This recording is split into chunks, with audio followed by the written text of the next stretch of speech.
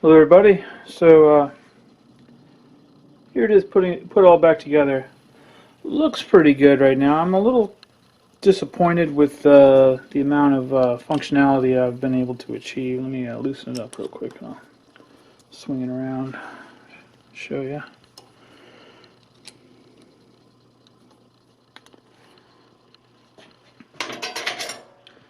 So there's where I cleaned up the edges. One thing I didn't think about when I put the chamfer here is that you're actually relying on that surface as part of the bearing surface for your tool post. So might not have gone as aggressive. I think I had to though. I thought it was pretty chewed up.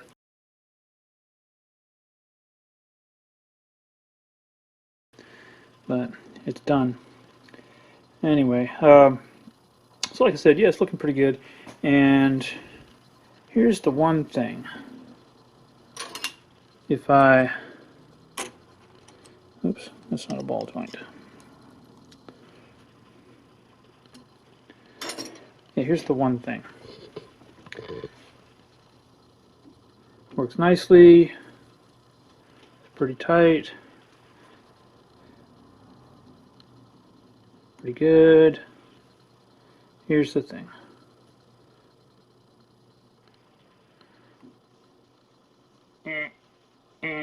Binds up and eventually that even breaks loose. And you can actually see if I just turn this around, you can see the gap changing there. Alright, so I took this one apart. I had the suspicion that there was going to be a bearing in there, that this was not just riding on this surface against here. And I had thought of maybe making one in here, but I thought first I would see what they had in here. Yeah, so this is why this one runs smoothly, even though it is not perfect. You can see as it rotates a variation in the gap, just about the same as what you'd see with this one. So the reason that is not interfering, not causing any problems, is that it has that extra little brass bearing down in there. So I am going to make one of those to go in here, and I bet you all my problems will go away. What do you think? Yeah, you too. Cool.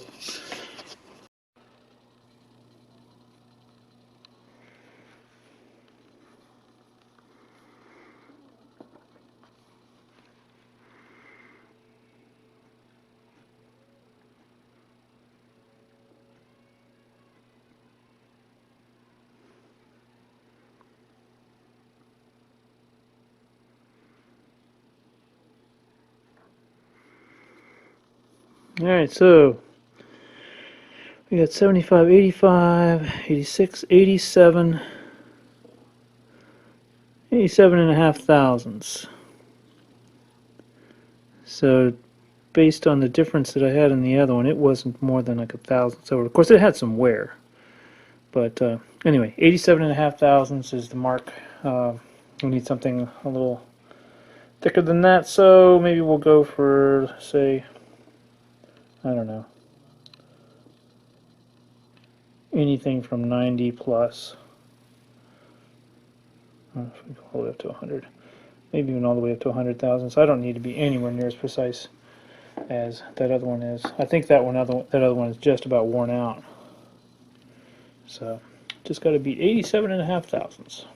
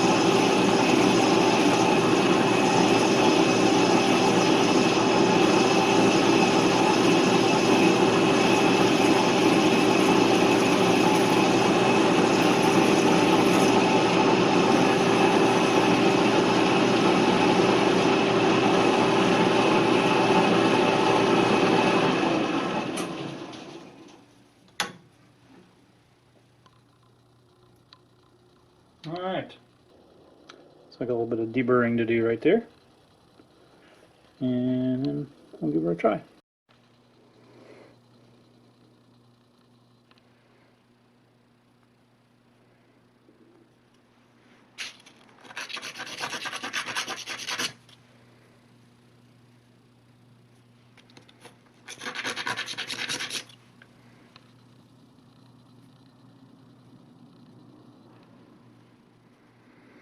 Alright, about time to try it out. Alright, what's your call? Think it's gonna work?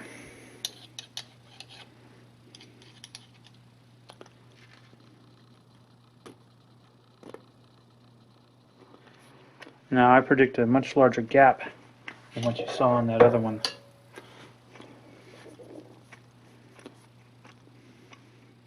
But I'm okay with that. Ooh, not a lot big, honestly.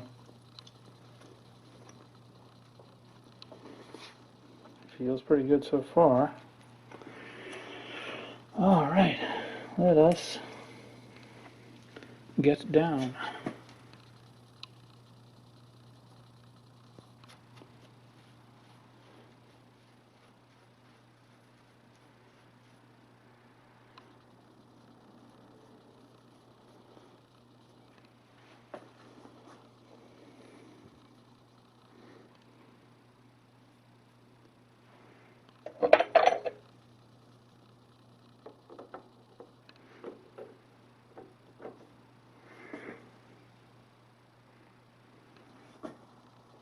Whoa, that went right in there. That never happens.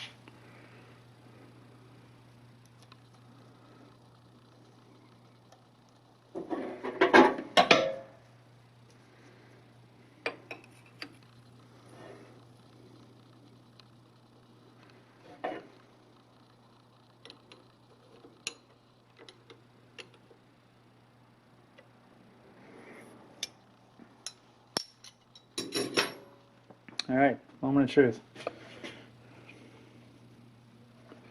Here, I'll turn it sideways so that you can witness together with me whether or not this actually does the job.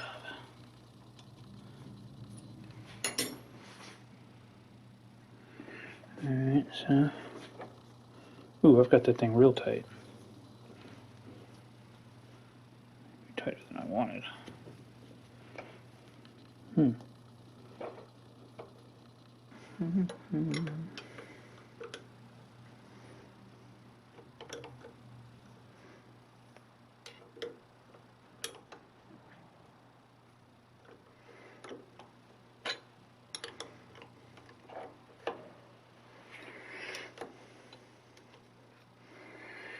So if I took a little bit of pressure off of that,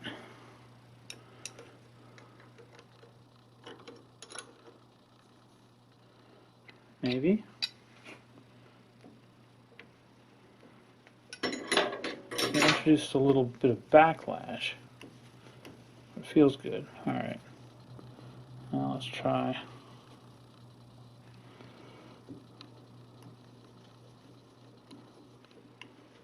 Oh yeah. Oh yeah. Alright, we're there. It works. Alright, I am prepared to call that good enough. You may recall the nut in here. I was really surprised when I took this assembly apart, and it was there was no slop in it at all, and this thing had backlash. Well, this is where the backlash occurs, right here. And when I earlier took all that out, I was unfortunately a little too tight, and that caused the whole thing to be bound up. So there's a happy medium somewhere in there. I need a slightly thinner. This is it's a very thin, I forget what these are made for, but it's a very thin little wrench, but it's not quite thin enough to get in there and do what I want to do right now. So let's see what I can come up with. I might be able to take some of that backlash out and still not have it bind up. But anyway, in the meantime, that's working. That's the way it should work. So, good to go. Now I can move on.